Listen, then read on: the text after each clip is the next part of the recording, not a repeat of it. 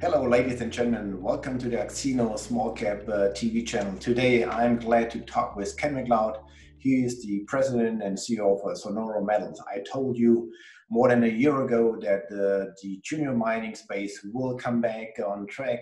And with today trading gold at 1785, I got right about now we are looking for junior companies that have not performed that well because we want to dig into companies that have still an upside and potential and not already tripled their share price. And so Sonoro Metals is certainly one of those. And I'm delighted to talk with Ken today. Ken, welcome to our interview today. Thanks for your time. And yeah, how are you today? I'm very well, Wolfgang. Thank you very much. Lovely to talk to you again. I would like to dig directly into your last press release from the 26th of June. I was really surprised when I read some interesting aspects here, which I think very important for an exploration company. And the main question I have is, obviously you are shifting towards a high-grade potential in your Cerro Caliche asset and deposit in Mexico. And in the past, we have had drill results which we could quote more low grade. So what has changed? Can you explain that to us? I'll certainly give it my best shot. What has changed over the past while is we have used the downtime during the past few months when everybody was shut in because of the COVID-19 issue. And our technical team in Mexico put together all the data for the property and for the surrounding region, where we were able to get data from as far back as the 1980s from Cambior Gold or Cambior Resources, all the way through Sydney Resources in the early 2000s, through Corex Gold, through Paget Southern, and all the way to our own exploration on the property in 2018 through 2020. And we took this data and we looked at it from a global perspective as to how we fit into the regional geology, how we fit into the regional structure. And we find that we are on strike about 8 kilometers distant from the Merdcedes Mine as being one of the most prominent gold mines in that particular region. And the Merdcedes Mine is located approximately, like I mentioned, 8 kilometers to the southeast, and the trend within this region is southeast to northwest. And you see the trend literally going through our Cerro Caliche concession. And also to the north, we have the Santa Gertrudis, which was recently acquired by Agnico-Eagle. And just to the west of us is the Cerro Prieto mine. So we're surrounded by high quality mines. And so we've taken this data now, and we've always known that there was a potential for a deeper, higher grade resource. We've always known that we were sitting atop a low sulfidation epithermal system, which is fairly commonplace in northern Mexico, and several mines, such as Merdcedes Mine, fit that profile as well. And the low sulfidation epithermal system, typically you have a more disseminated type of lower grade resource near surface, which we have demonstrated.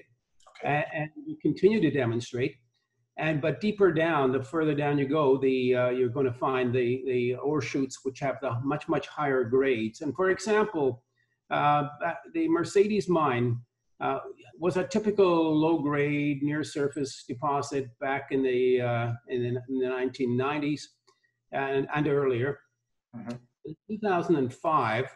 New exploration started at Merdcedes Mine. They drilled it a little bit deeper, but just below the low grade surface deposit, and they found much higher grades. And this led to the development of the Merdcedes Mine, which is averaging between 4 grams per ton and 7 grams per ton. So when we postulate with our own project here right now, we drill deeper below the shallow, lower grade resource, we fully expect that we will encounter those higher grade vein deposits slightly deeper down. We're targeting for 200 to 300 meters below surface, so it's not a very deep deposit we're aiming for at all. And any production could be with a decline, so you don't need a shaft for 200 or 300 meters, but obviously there is much more potential further depth. So what makes me so excited when I read that the last press release is you have said you have taken more than 4,000 samples, but close to 500 are really in high grade range between 3 and 30 grams. So is that confirming a little bit your new vision that those high-grade samples also have maybe the potential to hit one of those high-grade epithermal veins? I think it stands to reason that the high-grade intercepts will eventually be found. Now, the target for us over the past 2 years has been to increase our knowledge of the mineralization at or near surface. So we've taken all the data from 23,000 meters of drilling plus over 6,000 surface samples, where some of these surface samples yielded very, very high grades, up to 95 grams in one particular sample, with the average being between 4 and 23 grams per ton with these surface samples. Now, what they indicate is that these higher grades obviously originated from deeper down below the surface, and therefore they give us clues as to where to situate the next series of holes in order to investigate the deeper resource. You add that to the knowledge we've gained from drilling the 23,000 meters of drilling, and then you have a much, much clearer picture of where to drill to target the deeper, higher grade resource. We couldn't have done that 2 years ago because we didn't have enough knowledge to be able to do so, but now we do. And so we feel that with the current core drilling program we're proposing to start as soon as we conduct the financing, then the target for that core drilling program will be an average depth of between 200 and 300 meters, with the longest hole being 450 meters and the shortest one being of around 200 meters, angled at 45 degrees. That sounds excellent. And as I have said in my intro, we're looking for companies with the potential of new discoveries. Obviously, that has been paid quite well by investors trading on the stock exchange. So when do you want to start with the next drill campaign? You have already the permits and secured a drill company. Is that already in progress? All the elements are in place to start the drilling program again. This time, the only holdup is that we have to finish off financing. Once the financing is completed, we will be able to, within a week to 10 days, be able to mobilize and restart the drilling. The drilling company is lined up, the permits are in place, the roads are in place. I don't think there's anything to stop us other than the fact that we're in the summertime right now, the bit of rainy season in that part of Mexico. It's easier to start drilling in August than it is in July. And so from a point of view of are we timing the financing right? The answer is yes, because the gold market is helping us in that regard. Yep. We will be ready to start drilling sometime in August. And so like I said, all the elements are in place. So after the summer break, we may have a good news flow, and then hopefully you can hit some higher grade results as well, and the market will get excited, as we have seen with other junior companies.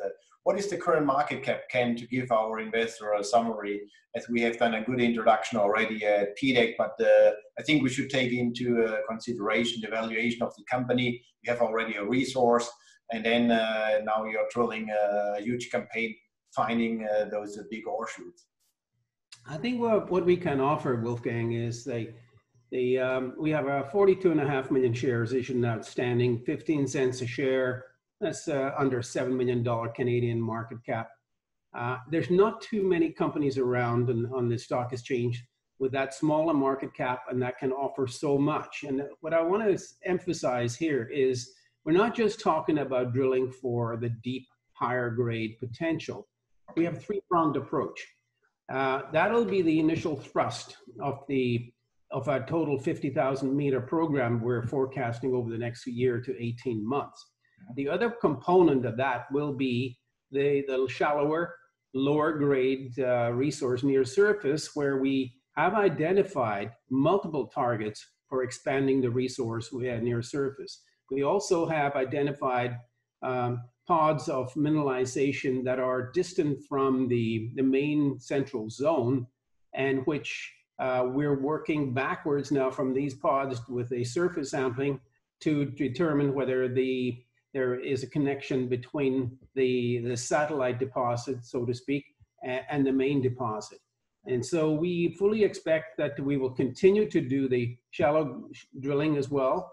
And at the same time, we're pursuing the plans to construct a small initial size, hard to say right now what the size is going to be, but it'll be an initial pilot plant to start processing the ore that we currently have, which is a 200,000 ounce resource grading in the order of 0.545 gold equivalent. And we intend to put that into production on a smaller scale for the next 5 years to generate a income that will enable us to continue drilling with minimum or no dilution to the shareholders of the company. Management obviously is holding more than 45% of the company, so your interest is not to dilute shareholders too much, which is always appreciated, especially if you're in a junior exploration phase, building a substantial company. But to me, it sounds like a good plan, and I look forward to your next drill results. And I wish you good luck also with the financing. I have to outline that we are shareholder of the company already, so under the benefit law, we have to outline our conflict of interest. But Ken, I think it's a good press release we have seen last month, and to me, it's trending in the right direction, and hopefully you get attraction as a exploration company with hopefully a new discovery, and close to those major companies around it in just such a short distance should certainly increase the interest in the area, and particularly with Sonora. Ken, thank you very much for the time. If you have some closing remarks, please give our investors new advice. No, I think that for the first time in years, the market is aligning with the aims and goals of the Sonoro team.